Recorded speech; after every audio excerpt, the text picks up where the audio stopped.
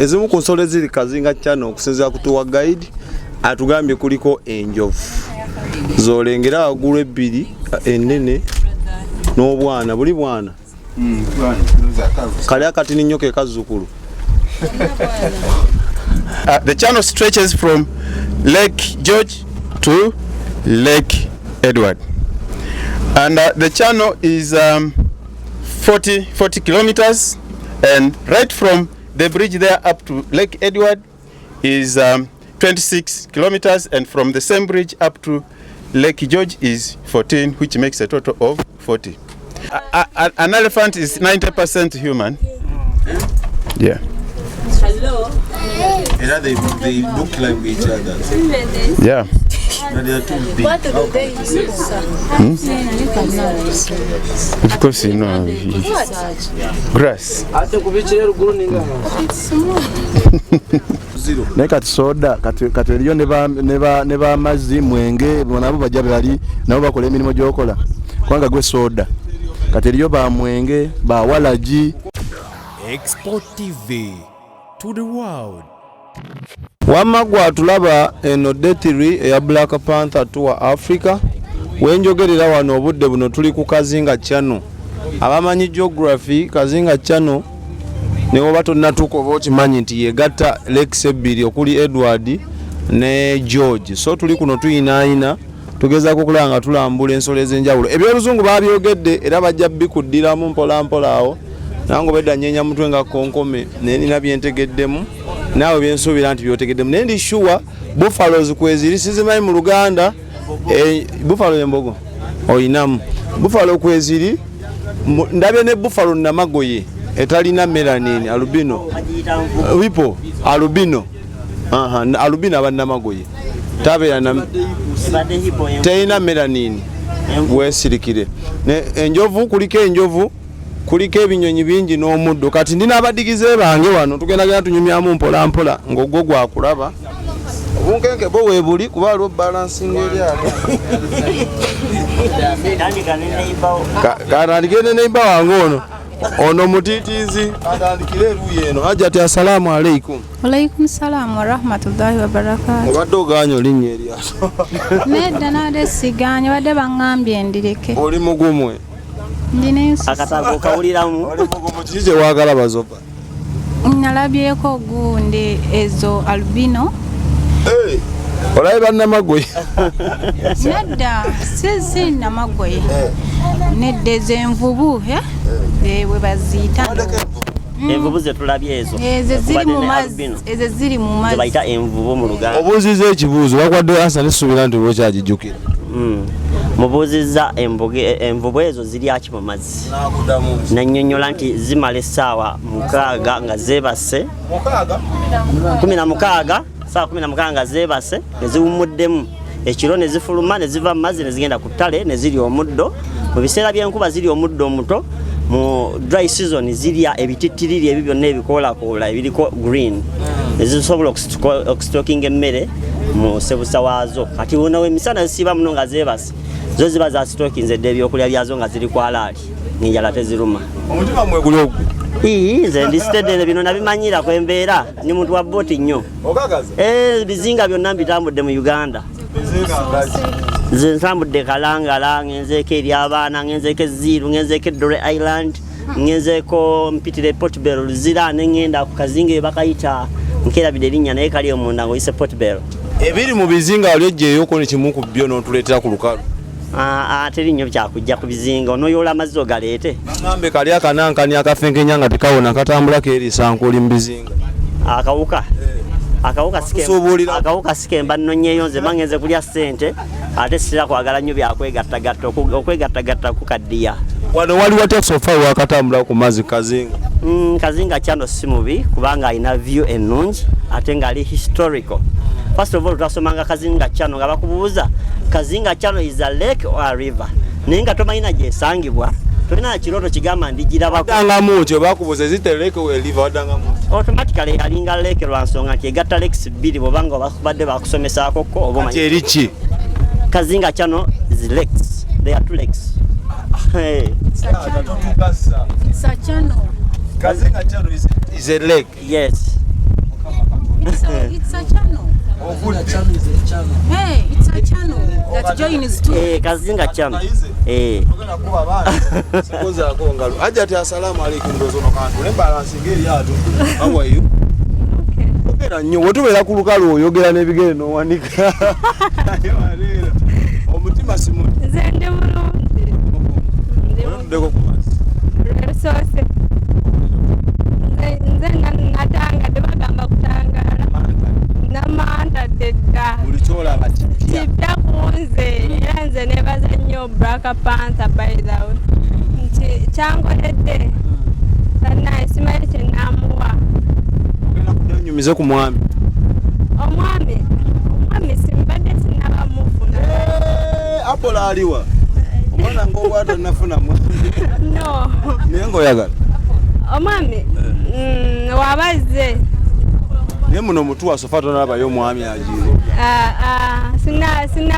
Sinaba kulaba kirooto kyange. Omwami w'ekirooto kyalina kubeera ati. Omwami w'ekirooto kyange ye mwami Katonda kukwakuwa. Alina kubeera na terms and statistics ki? Nyinza kuba nti nze nina byenjagala ku mwami naye munaye Katonda ye ng'akutegekedde birala. Gwe biki ebyoyagala? Nze byenjagala birala muko. Akasimbi? N'akasimbi kalina okubeeramu. Oba ekyo kyekikulemberera ddala. Era mu bulamu nga tolina kasimbi oba tolina kyokola ki wono temutagala Apolo ne banno tuula wamu palo nywere kyekiriwo wamma tewali kyali kiki Rwanda abadde mpozi onoonyaki Rwanda abadde onoonyaki twade just tuyisaamu gaali olina kyewayogedde nga tuli ku booda kyobadde onoonya ogamba omusheshe abeera eno mbalala kati ate eri waliyo baki naye gwe gwakubiri kuno okitegeera era gwakubiri nga tujja obadde kyeweesonga ku Kazinga Channel byonna mbyesunga kubanga byonna mbirabye kati mbanga yejjukanya oli free tolinamu yadde akatenge wadde ne tabbo n'ebigere enkulaba wanisi kiki ogenda okuddayo ennyumya Kazinga Channel simanyi wentandikira nawe nkoma owulira ekibuuzo eno emabega is it a lake or a river?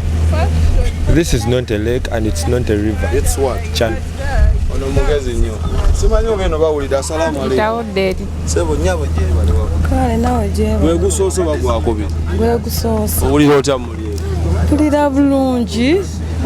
bwe tubeera ku lukalu amaanyi gaba mangi naye wali eyo nanga oyogera wansi gye Sewulira bulungi. owuliramu akateeka Sinnalya. Gava mukulya. amaanyi nze ngamba Gava mukwegatta. giwamu olisitedde yemabega onyumira liyodi nyumirwa ate nkole ntya walabaddeko ku mazzi emirundi mingi mazzi ki na wiiki ewedde mbadde kalangala is this a lake or a river? kyonna kyeri londako kimugoloza ki kino mazzi tukimanyi mazzi mu lake ne river mubeeramu mazzi naye kino okiteeka mu kizite lake or a river? oba ocean What we are going to do? Someone is saying that this is an ocean. And the other one said it's a lake. Yeah. That means they didn't give me their attention when I was saying. They gave you, but there's somebody. I said this is the channel, not a lake. And the channel joins two lakes. Okay? To join these two lakes. And said this channel stretches from Lake George to Lake Edward. Okay? That's it. We can still call it a stream that joins two lakes. Okay? It can work. So I was communicating. We are coming to bath to elephants. They are here. We need to be audible. Because if we talk too much, we are going to scare them away. And we are likely to molest them. They are very, very dangerous. And I'm going to use an approach. I'll only identify an animal, okay? Then I will heavily rely on your questions. Because when guiding, there is a protocol we use, and it may not work now. I identify an elephant, then I wait for you people to ask me questions.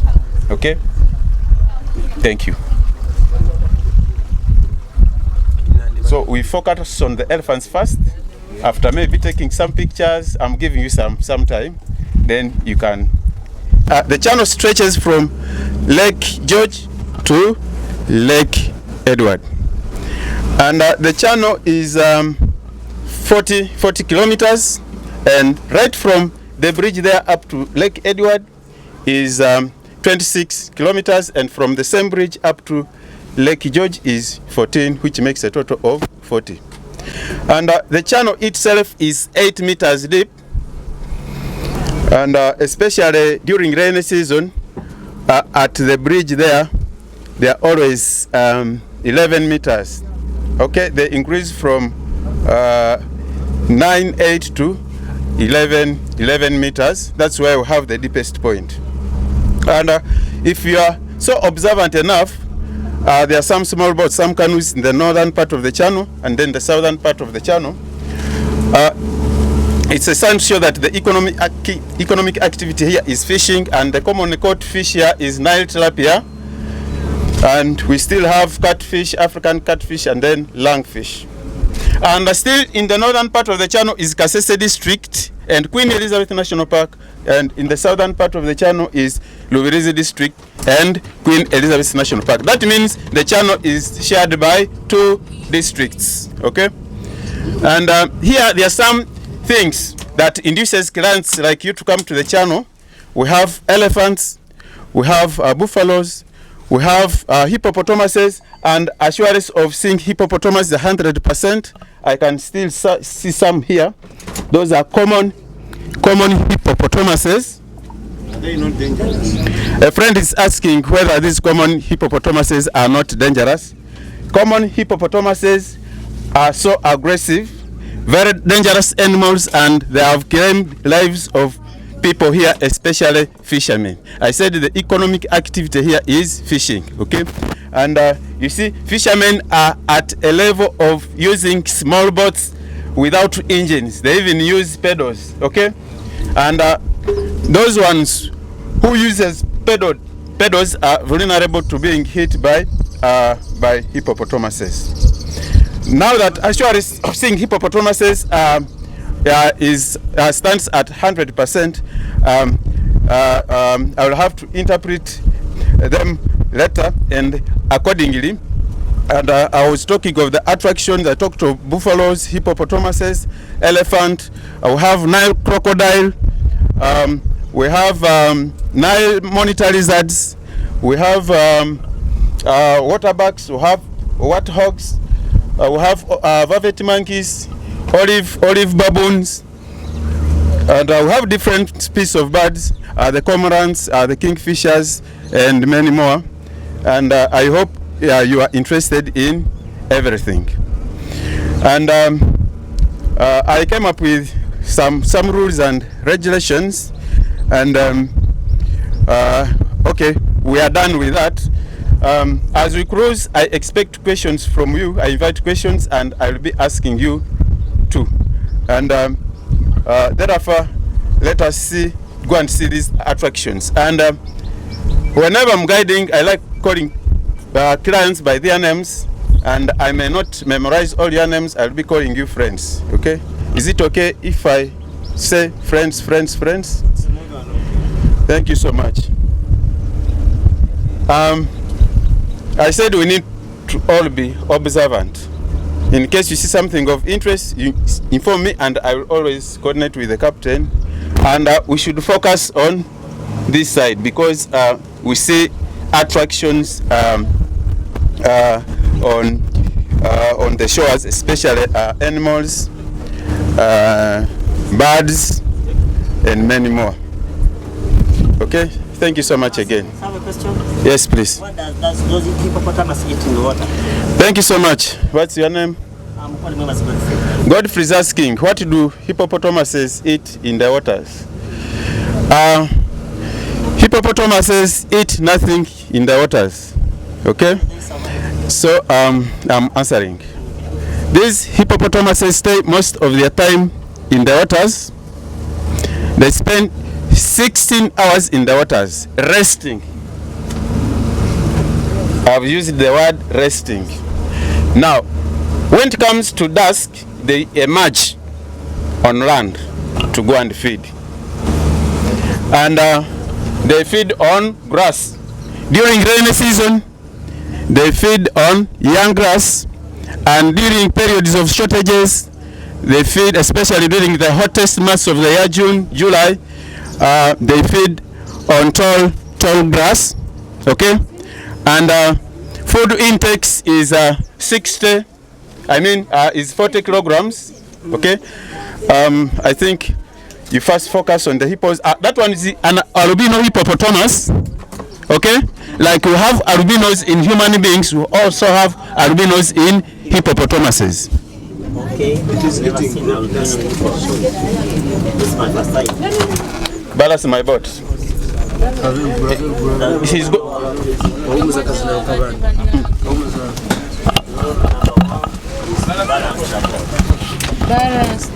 banange mu kifo ky'okuyimira n'ojja sayidi eno at least ofulumako n'ojja wano okusinga okujja sayidi eno.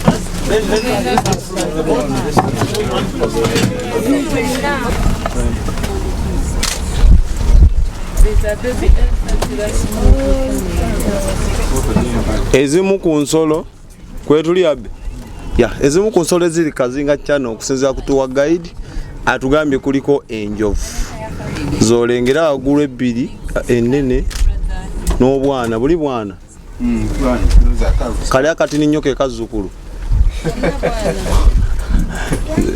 zazzukuza kati ezo ziringa mu myaka emeka ez'ebbiri.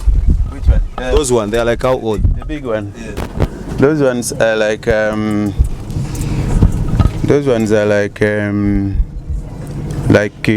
in 40s. 40 years. 40s because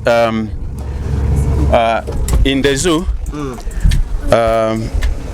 an elephant dies at 65 years. Okay, that's its lifespan, and in the wild around 35 to 40 years. So that means an elephant survives for for 35 up to 65 years, depending on whether it's in the zoo or whether it's in wild. And thank you so much. In the zoo, they easily access, they have enough food, and then they are attended to very well by doctors. Yeah, because the zoo is a small thing.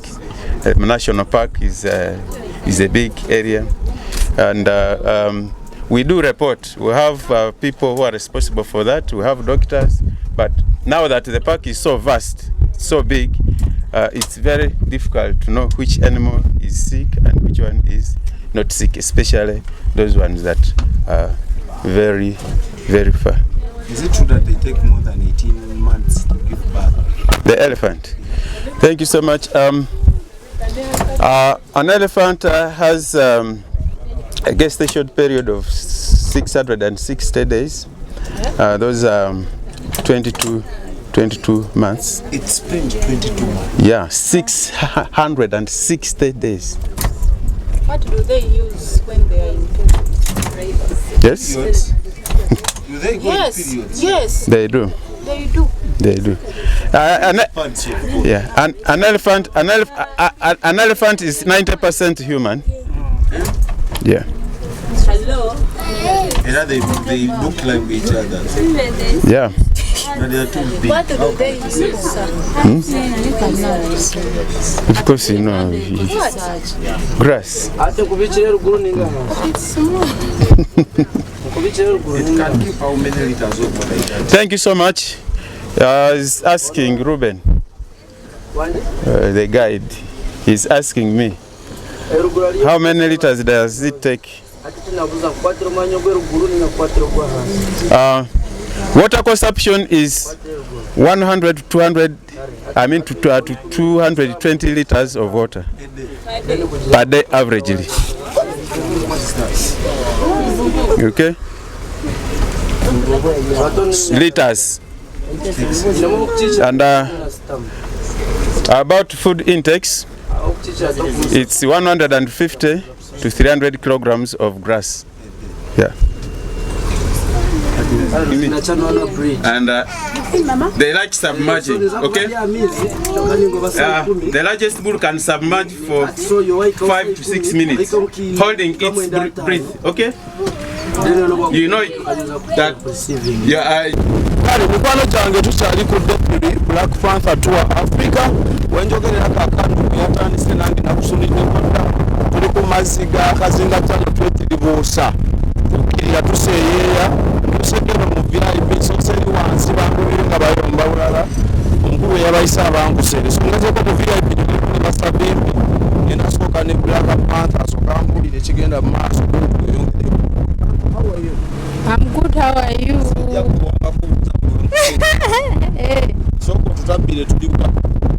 Kazinga Channel in Queen Elizabeth National Park.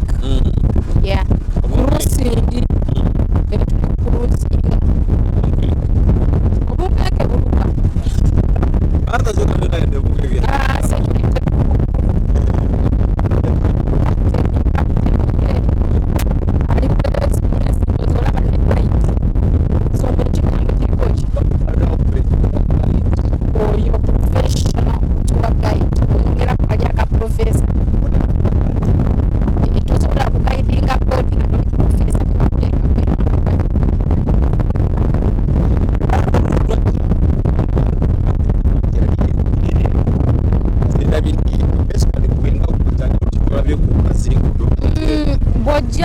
Boletanga abagenyi mu National Park, they have to be with luck.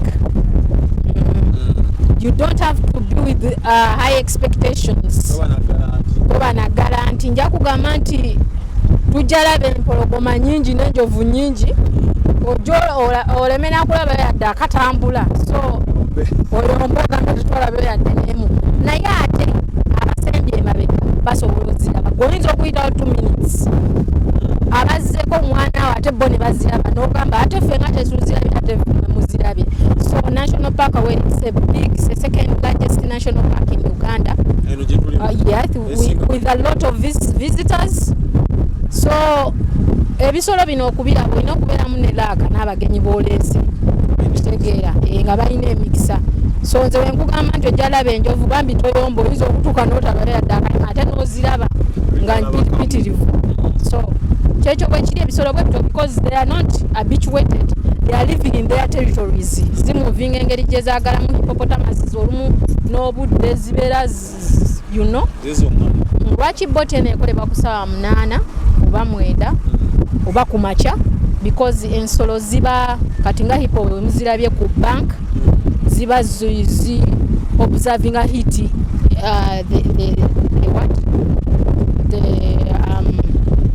crocodiles, then hippopotamus ziba zino okubeera nga zibeera muli kuba zo zitya heat tezaagala bugu mulingi. That's why emisana zibeera mu mazzi ekiro ne zigrazing ngera guide wabagambye. So the best time to see them even late evening ziba zolumu zivayo mu mazzi bingi nnyo. Hippopotamus by the way ensolo ekyasinze okubeera dangerous zitya ate zoze baziryalya naye ne crocodiles ziba respecting animals. Gonyeta kiwulidde lwate gonyeta hippo tufunye ku challenge yetu challenge gyenfunye maybe abaana bano nga omanyi naye bibamu tuli bana Uganda akabati kaba kavuddeko tuli bana Uganda nti you know tetuli international visitors tho mulimu abamu abali international naye bebitu ebino kubeera bikotanamu ne muddamu ne you know. So yeah nze nabimanyira naye nga sofa bikyagenda bulungi kubanga I'm trying my level best to make you happy, all of you. So that is it. Kyemufunye ne mukifuna kyemutafunye ne mugumira awo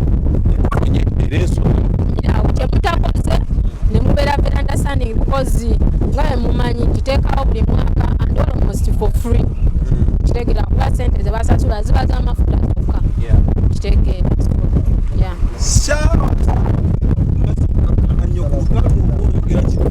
Yeah, so as you can see, our conditions were working well, everything's well, good. Yes. When I'm on water, I speak English, everything's great. So we make this in English? Yes, because I can now in Uganda, no. No. What have you experienced so far? Today, first of all, thank you, Chairperson, Secretary, Timekeeper, the two opposing opponents. That is debate. We are not debating. Yes. I'm asking you. So far, what have you experienced on this Kazinga Channel? I have seen that the river across Lake George and Lake Edward, but I'm very kind of much angry because why was it called Lake Edward when we have many names like can be Lake Sally, then the other one Lake Mugurus. Why is called it Lake Edward and Lake George? Don't we have the names of our local, like they say Lake Sally and Lake Mugurus? I have a question. Yeah. Before you ask me, I have also a question. Yes. Is it a lake or a river? It is. It's a river. It's a channel. It's not a river. It's a channel. It's just a channel connect. No, yotabimanyi nawe. Abatasoma babuuza byaki ebyo. Tebamanyi geography. They don't know geography. Basome SST. SST is different from geography. What makes the SST? The difference. The SST omanyi basoma social studies. Kusoma map. When it comes to geography, osobola n'otegeera what's between Lake George and Lake Malawi. And Lake Chendala? Lake Tunisia. Okategede. This is the Kazinga Channel. This is not a river because the river we eat rivers on chips and liver. This is a lake. So you are trying to defend your answer. Yes. Yes. Now you can see. Now there it has purple. You can see its purple is green. So it has then purple. Yeah, and that is it. After purple, it makes it to jump like that. Yes. Thank you, Chairperson, Secretary. Before you say you sank them, have you ever been on water like this? This is my first time. Because the last time I was here, it was in 2024. You say that this is your first time. Again, you say that the last time. No.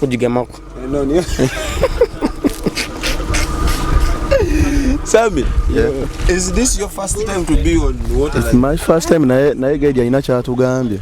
Agambye zikuba omukka bannange guwunya.